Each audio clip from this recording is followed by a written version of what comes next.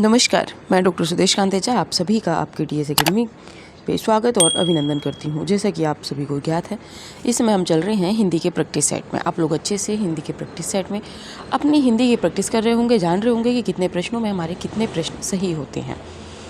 अगर आप चैनल पर नए हैं तो चैनल को सब्सक्राइब कीजिए। आपने चैनल सब्सक्राइब कर रखा है, आपको वीडियोज़ पसंद है तो जितना हो ज़्यादा से ज़्यादा दोस्तों में शेयर करते रहिए। इसी के साथ में आज के प्रश्न के लिए हम आगे बढ़ें, इससे पहले हम आपको बता दें कि डीएस एकेडमी का टीजीटी और पीजीटी का बैच जो है इस समय चल रहा है। बहुत ही नाममात्र शुल्क के साथ में आप बहुत बेहतर तैयारी करने के लिए हमें कांटेक्ट कर सकते हैं 9568802463। क्लासेज सरल और विस्तृत रूप में अवधारणात्मक तथ्यों को कराते हुए हैं। क्लासों में बहुत संक्षेपीकरण ट्रिक के माध्यम से भी आपको तथ्य इस बार कराए जा रहे हैं। जितना निःशुल्क में दिया था उससे भी ज़्यादा हम यहाँ पे सशुल्क क्लासों में दे रहे हैं। इसी के साथ में हिंदी का प्रैक्टिस सेट है। अगर आप प्रैक्टिस सेट ज्वाइन करना चाहते हैं, इसमें हम आपको 50 टेस्ट पेपर दे रहे हैं।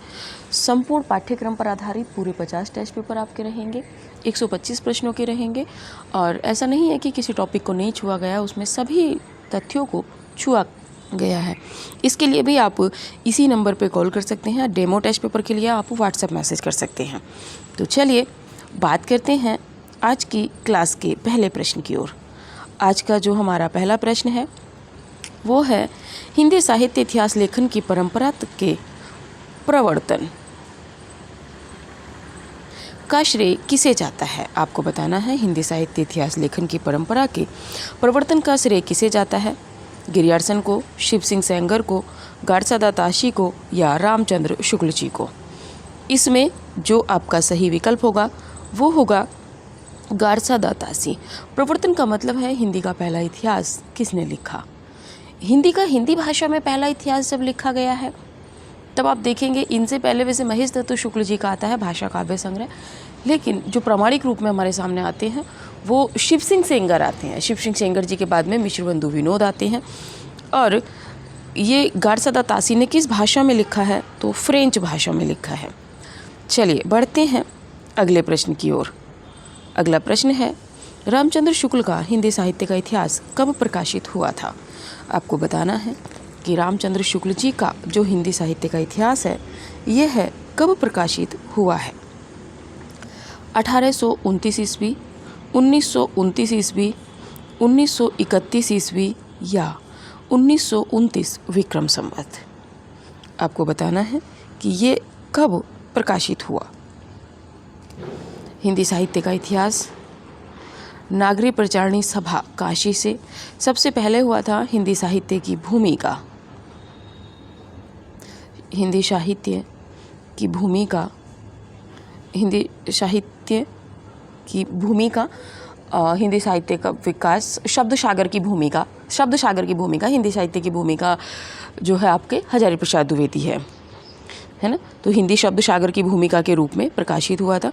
तो ये कब प्रकाशित हुआ है तो 1929 ईस्वी। ठीक है, 1929 ईस्वी में प्रकाशित हुआ था, जनवरी माह में। आगे बढ़ते हैं अगले प्रश्न की ओर। अगला प्रश्न है निम्नलिखित में हजारी प्रसाद द्विवेदी द्वारा रचित इतिहास ग्रंथ नहीं है। आपको बताना है कि इन ग्रंथों में हजारी प्रसाद द्विवेदी द्वारा रचित कौन सा ग्रंथ नहीं है। हिंदी साहित्य की भूमिका, हिंदी साहित्य का आदिकाल, हिंदी साहित्य उद्भव और विकास, हिंदी भाषा का विकास। अगर आप बात करें तो इनमें से कौन सा ग्रंथ आपके हजारी प्रसाद द्विवेदी जी का नहीं है। इसमें आपका हिंदी भाषा का विकास हजारी प्रसाद द्विवेदी जी का नहीं है, एसएसडी का है। बाकी जो तीनों इतिहास हैं ये आपके हजारी प्रसाद द्विवेदी जी के हैं। बढ़ते हैं अगले प्रश्न पे। अगला प्रश्न है हिंदी साहित्य का दूसरा इतिहास ग्रंथ के लेखक हैं। हिंदी साहित्य का दूसरा इतिहास ग्रंथ के लेखक कौन है। रामचंद्र शुक्ल, रामचंद्र तिवारी, बच्चन सिंह, श्याम सुंदर दास। हिंदी साहित्य का दूसरा इतिहास ये किसने लिखा है आप सभी जानते हैं। ये प्रतियोगी परीक्षाओं की दृष्टि से भी इतिहास ग्रंथ महत्वपूर्ण है। तो ये लिखा है आपके डॉक्टर बच्चन सिंह ने। बच्चन सिंह के दो इतिहास हैं, एक हिंदी साहित्य का आधुनिक इतिहास और दूसरा है हिंदी साहित्य का दूसरा इतिहास, डॉक्टर बच्चन सिंह। आपका 1996 का है और 1996 में ही हिंदी साहित्य संवेदना और विकास रामस्वरूप चतुर्वेदी के इतिहास ग्रंथ को व्यास सम्मान से पुरस्कृत किया गया था। चलिए बढ़ते हैं अगले प्रश्न की ओर। अगला प्रश्न है, राहुल सांकृत्यायन का प्रसिद्ध लेख हिंदी के प्राचीन कवि और उनकी कविता 1933 ईस्वी में किस पत्रिका में छपा था? आपको बताना है कि राहुल सांकृत्यायन ने एक लेख लिखा था हिंदी के प्राचीन कवि और उनकी कविता। ये 1933 ईस्वी में प्रकाशित हुआ, लेकिन किस पत्रिका में? गंगा पत्रिका में, प्रभा पत्रिका में, सरस्वती पत्रिका में या हंस पत्रिका में? इसका जो सही विकल्प है, गंगा पत्रिका में ये प्रकाशित हुआ था। बढ़ते हैं अगले प्रश्न की ओर। प्रश्न है, निम्नलिखित में से किस विद्वान ने हिंदी साहित्य का आरंभ भक्ति काल से माना है? किसने माना है हिंदी साहित्य का आरंभ भक्ति काल से? आचार्य हजारी प्रसाद द्विवेदी, डॉक्टर नगेंद्र, आचार्य रामचंद्र शुक्ल, राम कुमार वर्मा। इसमें जो आपका सही विकल्प है वो है हजारी प्रसाद द्विवेदी। हजारी प्रसाद द्विवेदी जी ने हिंदी साहित्य का आरंभ किससे माना है? तो भक्ति काल से। ये प्रश्न महत्वपूर्ण है बच्चे, प्रश्न बन जाएगा। अगले प्रश्न की ओर बढ़ते हैं। अगला प्रश्न है, हिंदी में किसी भारतीय द्वारा लिखा गया पहला इतिहास है? यह कथन मिश्र बंधु विनोद के संदर्भ में किसने कहा है? देखिए, लिखा तो मिश्र बंधु विनोद से पहले शिव सिंह सरोज भी गया है, शिव सिंह सेंगर जी का, लेकिन किसने कहा है कि हिंदी में किसी भारतीय द्वारा लिखा गया पहला इतिहास है? मिश्र बंधु विनोद को हिंदी में लिखा हुआ किसी भारतीय द्वारा पहला इतिहास ग्रंथ किसने माना है? ये थोड़ा सा महत्वपूर्ण हो जाता है। किशोरी लाल गुप्ता यानी कि गुप्त, लक्ष्मी सागर वाषड़े, रामचंद्र शुक्ल, सुमन राजे। तो इसमें जो आपका सही विकल्प होगा वो है डॉक्टर सुमन राजे या सुमन राजे कहें। सुमन राजे जी का मानना है कि हिंदी में किसी भारतीय द्वारा लिखा गया पहला इतिहास मिश्र बंधु विनोद है, तो ये सुमन राजे जी ने कहा है। बढ़ते हैं अगले प्रश्न पे। अगला प्रश्न है, नागरी प्रचारणी सभा काशी से प्रकाशित बृहद हिंदी साहित्य का इतिहास कितने खंडों में प्रकाशित हुआ? आपको बताना है, नागरी प्रचारणी सभा काशी ने बृहद हिंदी साहित्य का इतिहास नाम से कुछ खंडों में हिंदी साहित्य के इतिहास को प्रकाशित किया है, जिसमें उसके संपादक अलग अलग हैं। 16 खंड हैं, 15 खंडों में, 20 खंड में या 18 खंड में? इसमें जो आपका सही विकल्प होगा वो है 16 खंड में प्रकाशित हुआ है। आगे बढ़ते हैं। पहले 18 खंड में प्रकाशित करने की योजना थी, लेकिन ये फिर 16 खंडों में प्रकाशित किया गया। अगला प्रश्न है हमारा, आचार्य रामचंद्र शुक्ल ने 900 वर्षों के हिंदी साहित्य के इतिहास को कितने भागों में बांटा है? आपको बताना है कितने भागों में बांटा है शुक्ल जी ने अपने इतिहास ग्रंथ को, 3, 4, 6 या 2? तो आचार्य रामचंद्र शुक्ल जी ने कितने कालखंडों में बांटा है अपने हिंदी साहित्य के इतिहास को? 4 कालखंडों में। वीर गाथा काल, भक्ति काल, रीति काल और आधुनिक काल। ठीक है, बढ़ते हैं अगले प्रश्न की ओर। अगला प्रश्न है, आदिकाल को बाल्यावस्था का काल कहने वाले इतिहासकार हैं। आपको बताना है कि आदिकाल को बाल्यावस्था का काल किसने कहा है? अयोध्या सिंह उपाध्याय हरिओद, सूर्यकांत शास्त्री, रामशंकर शुक्ल रसाल, नलिन विलोचन शर्मा। आपको बताना है कि आदिकाल को बाल्यावस्था का काल किसने कहा है? आदिकाल को बाल्यावस्था का काल कहने वाले हैं रामशंकर शुक्ल रसाल या रमाशंकर शुक्ल रसाल। बढ़ते हैं अगले प्रश्न की ओर। प्रश्न है, भक्ति आंदोलन को इस्लाम की देन न मानकर दक्षिण के आलवार भक्तों की देन मानने वाले विद्वान हैं। किस विद्वान का मानना है कि भक्ति आंदोलन जो शुरू हुआ है वो इस्लामों की वजह से नहीं हुआ है, बल्कि दक्षिण के आलवार भक्तों की वजह से उन्होंने भक्ति आंदोलन को शुरू किया है? तो ऐसा मानने वाले कौन हैं? हजारी प्रसाद द्विवेदी, रामचंद्र शुक्ल, मिश्र बंधु, नलिन विलोचन शर्मा। इसमें जो आपका सही विकल्प होगा, हजारी प्रसाद द्विवेदी जी ने माना है क्या कि भक्ति आंदोलन इस्लाम की देन न होकर दक्षिण भारत के आलवार भक्तों की देन है। बढ़ते हैं अगले प्रश्न की ओर। प्रश्न है, हिंदी साहित्य का वैज्ञानिक इतिहास के लेखक हैं। हिंदी साहित्य का वैज्ञानिक इतिहास 1965 किसने लिखा है? नामवर सिंह, रामस्वरूप चतुर्वेदी, रामकुमार वर्मा, गणपति चंद्र गुप्त। तो हिंदी साहित्य का वैज्ञानिक इतिहास किसने लिखा है? वो लिखा है आपके गणपति चंद्र गुप्त जी ने। 1965 में गणपति चंद्र गुप्त जी के इतिहास की अगर बात करें तो यह 2 भागों में लिखा गया है। चलिए आगे बात करते हैं अगले प्रश्न की ओर। अगला प्रश्न है, हिंदी साहित्य और संवेदना का विकास के लेखक हैं। अभी ये प्रश्न बच्चन सिंह के प्रश्न के साथ में हमने कोरिलेट किया था। तो हिंदी साहित्य और संवेदना का विकास 1986 का ये इतिहास ग्रंथ है और 1996 10 वर्ष की रचनाओं का समीक्षीकरण के बाद में व्यास सम्मान प्रदान किया जाता है। तो 1996 में इसको व्यास सम्मान पुरस्कार मिला था। अब किसका ग्रंथ है? नामवर सिंह, रामस्वरूप चतुर्वेदी, रामकुमार वर्मा, गणपति चंद्र गुप्त। तो ये हैं आपके रामस्वरूप चतुर्वेदी। ये आपके ऊपर पढ़ने की दृष्टि से जो टीजीटी पीजीटी की तैयारी कर रहे हैं उनके लिए ये इतिहास ग्रंथ बहुत ही महत्वपूर्ण है। चलिए आगे बढ़ते हैं अगले प्रश्न की ओर। अगला प्रश्न है, हिंदी साहित्य के इतिहास में आदिकाल के लिए आधार काल नाम दिया है। आपको बताना है कि आदिकाल के लिए आधार काल नाम शब्द का प्रयोग किसने किया है? आगे हैं विकल्प हैं रमाशंकर शुक्ल रसाल, रामचंद्र शुक्ल, राहुल सांकृत्यायन, मोहन अवस्थी। तो आदिकाल के लिए आधार काल नाम जो दिया है वो दिया है मोहन अवस्थी। इसी के साथ में रामचंद्र शुक्ल जी ने वीरगाथा काल कहा है, राहुल सांकृत्यायन ने सिद्ध सामंत युग कहा है। बढ़ते हैं अगले प्रश्न की ओर। अगला प्रश्न है, स्वयंभू को हिंदी का प्रथम कवि किसने माना है? आपको बताना है कि स्वयंभू को हिंदी का प्रथम कवि किसने माना है? रामकुमार वर्मा, रामचंद्र शुक्ल, राहुल सांकृत्यायन, हजारी प्रसाद द्विवेदी।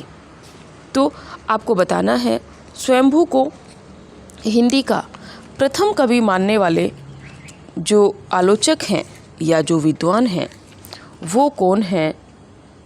आपको ध्यान रखना है यहाँ पे कि राम कौन है? स्वयंभू हैं। तो रामकुमार वर्मा। बढ़ते हैं अगले प्रश्न की ओर। अगला प्रश्न है, निम्नलिखित में से किस लेखक ने अपने इतिहास ग्रंथ में लगभग 5000 कवियों का विवरण दिया है? आपको बताना है कि किस कवि ने, किस रचनाकार ने अपने इतिहास ग्रंथ में लगभग 5000 कवियों का वर्णन दिया है या रचनाकारों का। रामकुमार वर्मा, रामचंद्र शुक्ल, मिश्र बंधु, हजारी प्रसाद द्विवेदी। इसमें जो आपका सही विकल्प है वो है आपका मिश्र बंधु। मिश्र बंधुओं ने मिश्र बंधु विनोद में 5000 कवियों को या 5000 लेखकों को स्थान दिया है। अगले प्रश्न की ओर बढ़ते हैं। प्रश्न है, हिंदी शब्द सागर का प्रकाशन किस संस्था ने किया था? हिंदी शब्द सागर या हिंदी शब्द सागर की भूमिका जब बात आती है रामचंद्र शुक्ल जी का, तो इसका प्रकाशन किस संस्था ने किया? हिंदी साहित्य सम्मेलन, नागरी प्रचारणी सभा, इंडियन प्रेस, राष्ट्रभाषा परिषद। तो इसका जो प्रकाशन हुआ है नागरी प्रचारणी सभा काशी ने किया है। बढ़ते हैं अगले प्रश्न की ओर। अगला प्रश्न है, विरुद्धों का सामंजस्य विषयक सिद्धांत किसने प्रतिपादित किया है? विरुद्धों का सामंजस्य, ये जो आपका विषयक सिद्धांत है ये किसने प्रतिपादित किया? डॉक्टर नगेंद्र, हजारी प्रसाद द्विवेदी, विश्वनाथ प्रसाद मिश्र, रामचंद्र शुक्ल। तो इसमें जो आपका सही विकल्प होगा वो है रामचंद्र शुक्ल। तो विरुद्धों का सामंजस्य विषयक जो सिद्धांत प्रतिपादित किया है वो रामचंद्र शुक्ल जी ने किया है। बढ़ते हैं अगले प्रश्न की ओर। हिंदी साहित्य के किस इतिहासकार ने इतिहास को तीसरी आंख कहा है? महत्वपूर्ण है कि किस इतिहासकार ने इतिहास को तीसरी आंख कहा है? डॉक्टर रामविलास शर्मा, हजारी प्रसाद द्विवेदी, विश्वनाथ प्रसाद मिश्र, रामचंद्र शुक्ल। तो तीसरी आग कहने वाले कौन हैं? वो हैं आपके हजारी प्रसाद द्विवेदी। महत्वपूर्ण प्रश्न है। हिंदी साहित्य के किस इतिहासकार ने इतिहास को तीसरी आग कहा है? तो हजारी प्रसाद द्विवेदी ने। बढ़ते हैं अगले प्रश्न की ओर। अगला प्रश्न है, हिंदी साहित्य का इतिहास दर्शन ग्रंथ के लेखक हैं। तो हिंदी साहित्य का इतिहास दर्शन ग्रंथ किसने लिखा है? डॉक्टर रामविलास शर्मा, हजारी प्रसाद द्विवेदी, नलिन विलोचन शर्मा, रामचंद्र शुक्ल। तो हिंदी साहित्य का इतिहास दर्शन ये लिखा है आपके नलिन विलोचन शर्मा जी ने। बढ़ते हैं अगले प्रश्न पे। राजस्थानी भाषा और साहित्य पुस्तक के लेखक कौन हैं? राजस्थानी भाषा और साहित्य पुस्तक के लेखक जो हैं आपके टीकम सिंह तोमर, मोतीलाल मेनारिया, मुनिजिन विजय, श्री कृष्ण लाल।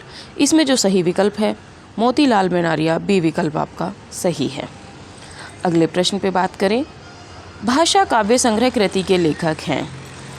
ये अभी पहले भी आपको बता दिया गया है, अगर आपको स्मृति में होगा तो महेश दत्त शुक्ल, देवी दत्त शुक्ल, मुनिजन विजय, श्री कृष्ण लाल। तो भाषा काव्य संग्रह के जो रचनाकार हैं महेश दत्त शुक्ल आपके सही हैं। बढ़ते हैं अगले प्रश्न पे। आधुनिक काल को गद्य काल नाम किसने दिया है? महत्वपूर्ण प्रश्न है थोड़ा सा कि आधुनिक काल को गद्य काल नाम किसने दिया है? विकल्प हैं आपके रामचंद्र शुक्ल, देवी दत्त शुक्ल, राम कुमार वर्मा, गणपति चंद्र गुप्त। इसमें जो सही विकल्प है आपका वो है रामचंद्र शुक्ल। अभी आपने देखा था आधुनिक काल को उन्होंने गद्य काल कहा है, रामचंद्र शुक्ल जी ने। बढ़ते हैं अगले प्रश्न की ओर। अगला प्रश्न है, नागरी प्रचारणी सभा जो आपका काशी है, इसकी स्थापना कब हुई थी? तो नागरी प्रचारणी सभा काशी की जो स्थापना हुई है 1910 ईस्वी में, 1893 ईस्वी में, 1800 ईस्वी में, 1993 ईस्वी में। इसका जो सही विकल्प है 1893 ईस्वी। और इसी से आपको ध्यान कर लेना है 1896 30 वर्ष बाद नागरी प्रचारणी पत्रिका की भी स्थापना हुई थी। बढ़ते हैं अगले प्रश्न की ओर। प्रश्न है, आदिकाल को बीज वपन काल किसने कहा है? आदिकाल को बीज वपन काल किसने कहा है ये भी आप बताइए और साथ में बताइएगा कि 25 प्रश्नों में आपके कितने प्रश्न सही हुए हैं। आदिकाल को बीज वपन काल कहने वाले हैं महावीर प्रसाद द्विवेदी, हजारी प्रसाद द्विवेदी, बाबू गुलाब राय, रामचंद्र शुक्ल। तो आदिकाल को बीज वपन काल जो कहा है वो आपके महावीर प्रसाद द्विवेदी जी ने कहा है। तो ठीक है, ये थे आपके आज के 25 प्रश्न जो हिंदी साहित्य के इतिहास से संबंधित थे। और आगे भी प्रश्न इस तरह मिलते रहेंगे आपको, प्रतिदिन 25 प्रश्न हम लेकर आते रहेंगे। जो भी आपके प्रश्न सही हुए हैं, 25 में कितने प्रश्न सही हुए हैं ये आपको कमेंट सेशन में कमेंट कर देना है, और ताकि हम प्रश्नों के स्तर को थोड़ा सा बढ़ा सकें। इस समय हम सोच रहे हैं कि थोड़े से प्रश्नों को एक क्रमबद्ध रूप में हिंदी साहित्य के इतिहास के क्रम में हम आगे लेके चलें। तो ठीक है, अभी की क्लास यहीं तक रखते हैं। अगर आप चैनल पर नए हैं तो चैनल को सब्सक्राइब कीजिए। आपने चैनल सब्सक्राइब कर रखा है तो जितना हो क्लास को ज़्यादा से ज़्यादा शेयर कीजिए। अभी की क्लास यहीं तक रखते हैं, मिलेंगे अगली क्लास में अगले नए प्रश्नों के साथ में। आप सभी का धन्यवाद।